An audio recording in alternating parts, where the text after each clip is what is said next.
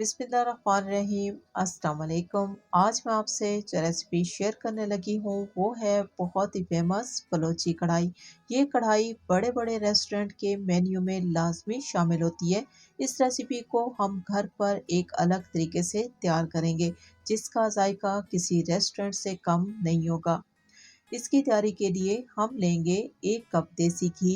आपके पास जो भी रेगुलर घी कुकिंग ऑयल है आप उसका इस्तेमाल कर सकते हैं।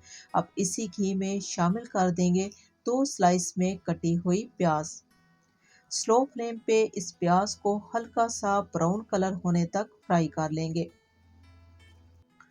बलोची कढ़ाई तैयार करते वक्त आप सिर्फ 3 बातों का ख्याल कर लें। सबसे पहले तो आपने गोश्त को बहुत ही अच्छे तरीके से फ्राई कर लेना है। टमाटर का लाजमी इस्तेमाल होगा और ख़ास बात मिर्च मसालों का बहुत ही कम इस्तेमाल करना है। अगर आपने इन 3 बातों का ख्याल कर लिया तो आप जैसी बलोची कढ़ाई कोई नहीं बना सकेगा। बलोची कढ़ाई को मुख्तलिफ तरीक़ों से तैयार किया जाता है लेकिन ओरिजिनल रेसिपी टमाटर के साथ बहुत ही कम मसालों के साथ तैयार होती है और गोश्त को खुश्क ही रखा जाता है। प्याज फ्राई हो चुके हैं तो सबसे पहले हम फ्लेम को स्लो कर देंगे और तमाम प्याज़ों को निकालने के बाद ठंडा कर लेंगे और मिक्सी जार में डाल के 1 पाव दही के साथ एक क्रीमी सा पेस्ट तैयार कर लेंगे। इसी घी में शामिल कर देंगे चिकन। हमने लिया 1 किलो चिकन। चम्मच का इस्तेमाल किए बगैर थोड़ी देर के लिए ढक्कन का इस्तेमाल करेंगे। थोड़ी देर के बाद हम चेक कर लेते हैं। अभी हम चिकन को कर लेंगे फ्राई और अच्छे तरीके से फ्राई करेंगे। तकरीबन 5 मिनट तक हमने इसी तरीके से ही चम्मच का इस्तेमाल करना है और चिकन को फ्राई कर लेना है। 5 मिनट के बाद एकदम से चिकन का कलर चेंज हो चुका है और खुशबू भी बहुत ही अच्छी सी आ रही है। जब इस तरीके से चिकन फ्राई हो जाएगा तो इसी चिकन में हम डाल देंगे लहसुन और अदरक का पेस्ट। साथ ही शामिल कर देंगे हस्बे ज़रूरत नमक। अभी हम दोबारा से चिकन को फ्राई करेंगे। पहले हमने चिकन को 5 मिनट के लिए फ्राई किया है और अभी लहसुन और अदरक के पेस्ट के साथ 3 से 4 मिनट मज़ीद फ्राई करेंगे। चिकन को 7 से 8 मिनट तक लाजमी फ्राई करना है, तभी चिकन में बहुत ही अच्छा सा जायका आएगा।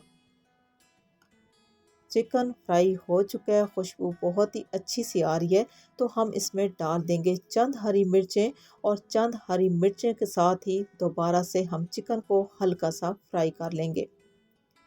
हरी मिर्चों को हमने बहुत ज़्यादा फ्राई नहीं करना, बस हल्का सा फ्राई करेंगे ताकि इनकी जो खुशबू है वो चिकन में शामिल हो जाए।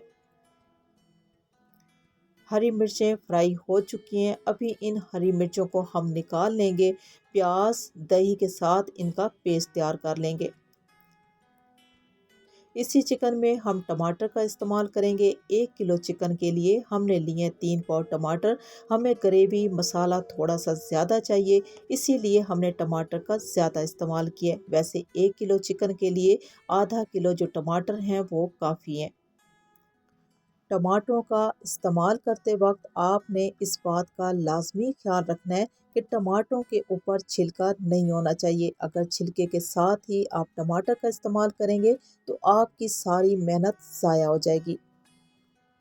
अभी हम फ्लेम को तेज़ कर देंगे और तेज़ फ्लेम पे टमाटरों को हमने बहुत ही अच्छे तरीके से फ्राई कर लेना है। इनको हमने इतना फ्राई करना है कि टमाटर मसाले में नज़र नहीं आने चाहिए। आप देख सकते हो कि टमाटर जो हैं वो मुकम्मल तौर पे मैश हो चुके हैं और मसाले में नज़र नहीं आ रहे।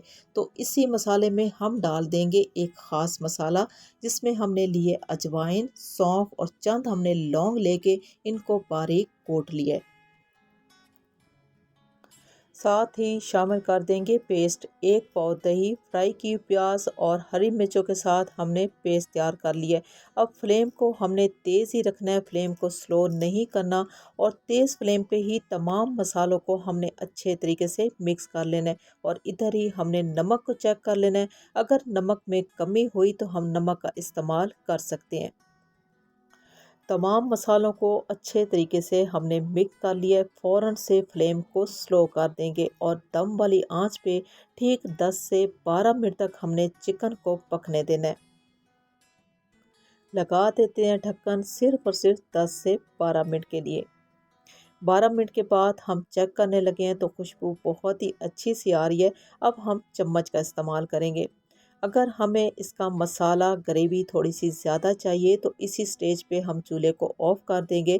तो ये हमारी बलोची कढ़ाई तैयार हो चुकी है, लेकिन हम इस मसाले को थोड़ा सा रोस्ट करेंगे। मसाला खुश्क होने के साथ हम इसमें डाल देंगे बहुत ही कम मिक़दार में कुटी हुई काली मिर्च।